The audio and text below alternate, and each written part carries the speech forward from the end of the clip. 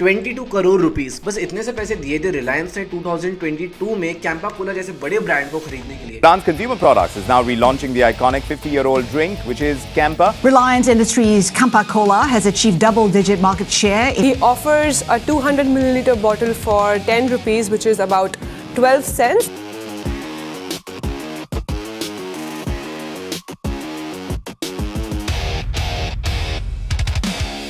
एक ऐसा ब्रांड जो 20 साल पहले डेड हो चुका था, आज 1-2 साल के अंदर उसी डेड ब्रांड ने 1000 करोड़ का रेवेन्यू क्रॉस ऑलरेडी कर चुका है। और ये स्टोरी यहीं पे खत्म नहीं होती। अब रिलायंस ने कैंपा वाटर भी लॉन्च कर दिया है, 5 rupees for 250 ml and 15 rupees for 1 litre. और जिस मार्केट में एंट्री ली है उस मार्केट का किंग है बिस्लरी, जिसमें वो 50 साल से ऑपरेट कर रहा है with over 122 bottling plants and 60 lakh retail outlets. आज के टाइम पे लोग जब बोलते हैं बिस्लरी तो उनके दिमाग में कोई ब्रांड नहीं आता, बल्कि एक क्लीन वाटर की इमेज आती है। तो सवाल बहुत ही ज्यादा सिंपल है, कैसे एक dead brand decades old giants को थ्रेटन कर रहा है। ये कैंपा कोला की कोई कमबैक स्टोरी नहीं है, बल्कि स्टोरी है कैसे कैलकुलेटेड अग्रेशंस आज बड़े ब्रांड्स को टक्कर दे रहा है। अगर आपको 2016 याद है तो आपको याद होगा कि कैसे जियो ने टेलीकॉम को तोड़ दिया था because of price Wars, deep pockets, market share capture. अब ये same playbook Reliance FMCG market में भी टेस्ट कर रहा है। और ये मैं कैजुअली नहीं कह रहा, बिकॉज कोको कोला के जो ग्लोबल CFO है उन्होंने भी एक्सेप्ट किया है कि कैसे कैंपा जैसे ब्रांड्स उनको चैलेंज कर रहे हैं। मतलब रिलायंस सिर्फ एंटर नहीं हुआ है, वो ऑलरेडी मार्केट को डिस्टर्ब करने लग गया है। आज के वीडियो में हम यही डिकोड करेंगे क्यों रिलायंस जैसे बड़े ब्रांड ने कैंपा कोला जैसे एक डेड ब्रांड को खरीदा, कैंपा का नॉस्टैल्जिया एक वेपन कैसे बन गया, और ये सब इंडियन कंज्यूमर्स के लिए क्या मतलब रखता है। लेकिन इसको समझने के लिए हमें हिस्ट्री में थोड़ा सा पीछे जाना पड़ेगा। बात है 1977 की, जब कोक ने इंडिया को छोड़ दिया था और तभी कैंपा कोला जैसे ब्रांड का राइज शुरू हुआ था। इन 1977 कोको कोला को इंडिया छोड़ के जाना पड़ा, not because they wanted to, but because government ने उनको फोर्स किया। गवर्नमेंट उनसे फॉर्मूला मांग रही थी उनके कोको कोला ड्रिंक का, एंड उन्होंने देने से मना कर दिया। As a result they had to leave the Indian markets, और इसी वजह से मार्केट में एक वैक्यूम क्रिएट हो गया जिसको फिल किया कैंपा कोला ने। 80s में कैंपा वाज लिटरली एवरीवेयर। तुम बॉलीवुड के एड्स देख लो, क्रिकेट देख लो, कहीं पे भी देख लो, Campa cola was positioned as the Indian cola, जिसकी वजह से उसको काफी ज्यादा इमोशनली स्ट्रॉन्ग कनेक्ट मिला। फिर आता है year 1991, the year of liberalisation. Liberalisation के बाद कोक और पेप्सी जैसे बड़े प्लेयर्स वापस आ गए और ये लाए अपने साथ बहुत सारा पैसा और ये 3 स्पेशल वेपन्स। सबसे पहले सेलिब्रिटी इंडोर्समेंट। इन लोगों के पास काफी अच्छी फंडिंग थी और ऑलरेडी एस्टैब्लिश्ड बिजनेस थे दूसरी कंट्रीज में। एज अ रिजल्ट ये लोग सेलिब्रिटीज को अच्छा पे करके हर जगह टेलीविजन पे अपने एड्स चलाने लग गए। Second weapon that they got was a distribution muscle. इन लोगों ने रिटेलर्स के साथ अपना बहुत अच्छा कनेक्शन और सप्लाई बना लिया। ऐसा सप्लाई बना लिया कि हर मोहल्ले, हर गली, जहां तक डिलीवरी एजेंट्स नहीं जाते थे वहां तक इनके कोको कोला की ट्रक्स जा रहे थे। इसी के साथ साथ उन्होंने काफी सारे रिटेलर्स और किराना स्टोर ओनर्स को फ्रिज दिए। जब उनके पास फ्रिज खरीदने के पैसे नहीं थे तब भी उन लोगों को फ्रिज दिया, उसकी मेंटेनेंस करी और यहाँ तक कि कुछ केसेस में तो उस फ्रिज का इलेक्ट्रिसिटी बिल तक भी भरा। और बदले में कंडीशन बस ये रखी कि सबसे आगे एक ऐसी जगह पे कोको कोला की बोतल रखनी है जहां वो सबसे ज्यादा विजिबल हो, सबसे ज्यादा ठंडी हो, सबसे ज्यादा चिल्ड हो। और उसका रिजल्ट ये हुआ कि जो रिटेलर्स थे वो इवेंचुअली कोको कोला को ही पुश करने लग गए, बिकॉज द कंपनी ने उनके साथ इतना अच्छा किया था, उनके फ्रिज का मेंटेनेंस ले रही थी एंड उनको फंड भी किया था। And last but not the least, the price Wars. उन लोगों ने अपने प्रोडक्ट की प्राइसिंग इतनी कम रख रखी थी, इतनी कॉम्पिटिटिव रख रखी थी कि कोई अगर नया ब्रांड आने की कोशिश करता तो उनकी प्राइस को बीट ही नहीं कर पाता। So overall free refrigerator in store, exclusive contracts, delivery trucks in every corner, ये सब लोगों ने मिलके कोला को एक बहुत ही स्ट्रॉन्ग पोजीशनिंग दे दी। इसी वजह से अर्ली 2000s तक कैंपा सिर्फ एक नॉस्टैल्जिया बन गया था, बिजनेस नहीं।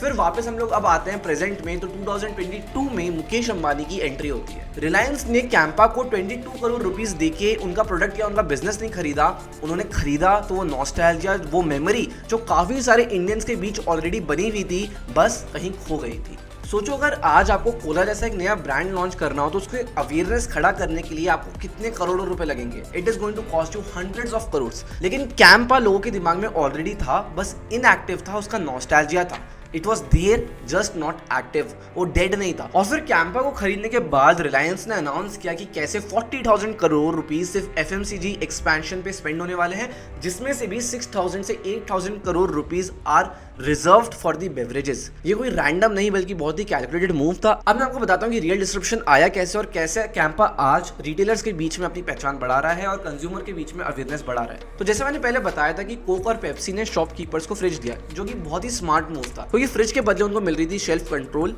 जिसकी वजह से उनकी कोल्ड विजिबिलिटी बढ़ रही थी। लेकिन ये स्ट्रैटेजी अब वापस काम नहीं कर सकती, क्योंकि अब रिलायंस अगर पुराने शॉपकीपर्स को एक नया फ्रिज दे देगा तो उसके लिए उनका कुछ फायदा नहीं होगा, उनके लिए कुछ मतलब नहीं होगा। सो रिलायंस ने कुछ बहुत ही ज्यादा अलग अलग और बहुत ही ज्यादा स्मार्ट चूज किया। रिलायंस ने उन्हें फ्रिज नहीं दिया बल्कि कुछ ऐसा दिया जो उनको पहले कभी नहीं मिला था, which was higher margin.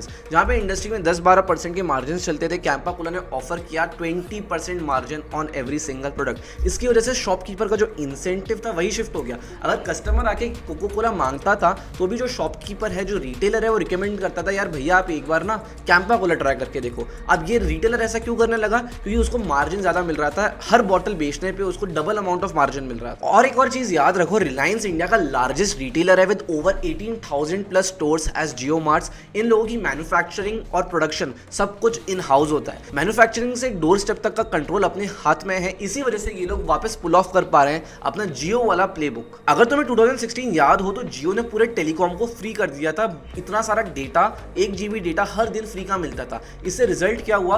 Competitors इतना गंदा ब्लीड हुए, उनके पास कुछ ऑप्शन ही नहीं बचा देखने के सिवाय। पूरा का पूरा मार्केट जियो ने कैप्चर कर लिया। और एक बार जैसे ही मार्केट कैप्चर हो गया, फिर वो इवेंचुअली अपनी प्राइसेस बढ़ाने लग गए, जिसकी वजह से रेवेन्यू उनका बनने लग गया। और ये सेम टेम्पलेट आज फॉलो हो रहा है। 10 रुपए की Campa Cola is not a premium positioning but a predator positioning, जो कि सिर्फ तभी पॉसिबल होता है जब डीप पॉकेट्स हो और हाई पेशेंस हो। और रिलायंस इस काम के लिए बहुत ही फेमस है। रिलायंस का फंडा एकदम सिंपल रहता है, सबसे पहले मार्केट शेयर कैप्चर करो और प्रॉफिट बाद में बनाओ। लेकिन इस बार रिलायंस ने एक और चीज अलग की है। कोक और पेप्सी ने सबसे पहले कोला लॉन्च किया था, फिर ग्रेजुअली एक्सपैंड किया। लेकिन कैंपा ने क्या किया? एक साथ Campa Cola, Campa orange, Campa lemon, Campa power, Campa cricket, Campa water सब कुछ साथ में लॉन्च कर दिया।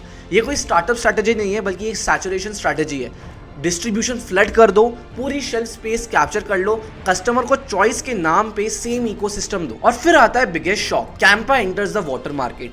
वाटर बहुत ही बोरिंग प्रोडक्ट है लेकिन प्रॉफिटेबल है। बिस्लरी ने ट्रस्ट पे अपना पूरा एम्पायर खड़ा कर चुका और आज बिस्लरी का मतलब है सेफ वाटर। अब रिलायंस आके बोल रहा है कि मैं तुम्हें 5 रुपीज में 250 ml वाटर दूंगा और 15 रुपीज में 1 litre, which is cheaper than Bisleri.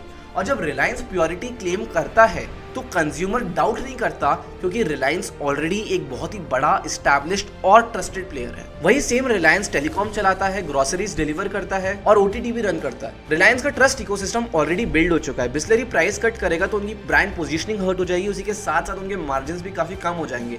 Price maintain करेगा तो वॉल्यूम लूज होने लग जाएगा। ये प्रेशर रियल है पर ये गारंटीड विन नहीं है। अगर तुम सोचो कि रिलायंस हमेशा आता है तो जीतता है, तो ऐसा नहीं है। रिलायंस ने काफी सारे फेलियर्स भी देखे हैं। रिलायंस टाइम आउट शट हुआ, मल्टीपल रिटेल स्टोर्स रिलायंस के ऑलरेडी बंद हो चुके हैं। देखो, डीप पॉकेट्स और फंडिंग डेफिनेटली बहुत बड़ा एडवांटेज है, पर एग्जीक्यूशन हर जगह सेम तरीके से काम नहीं करता।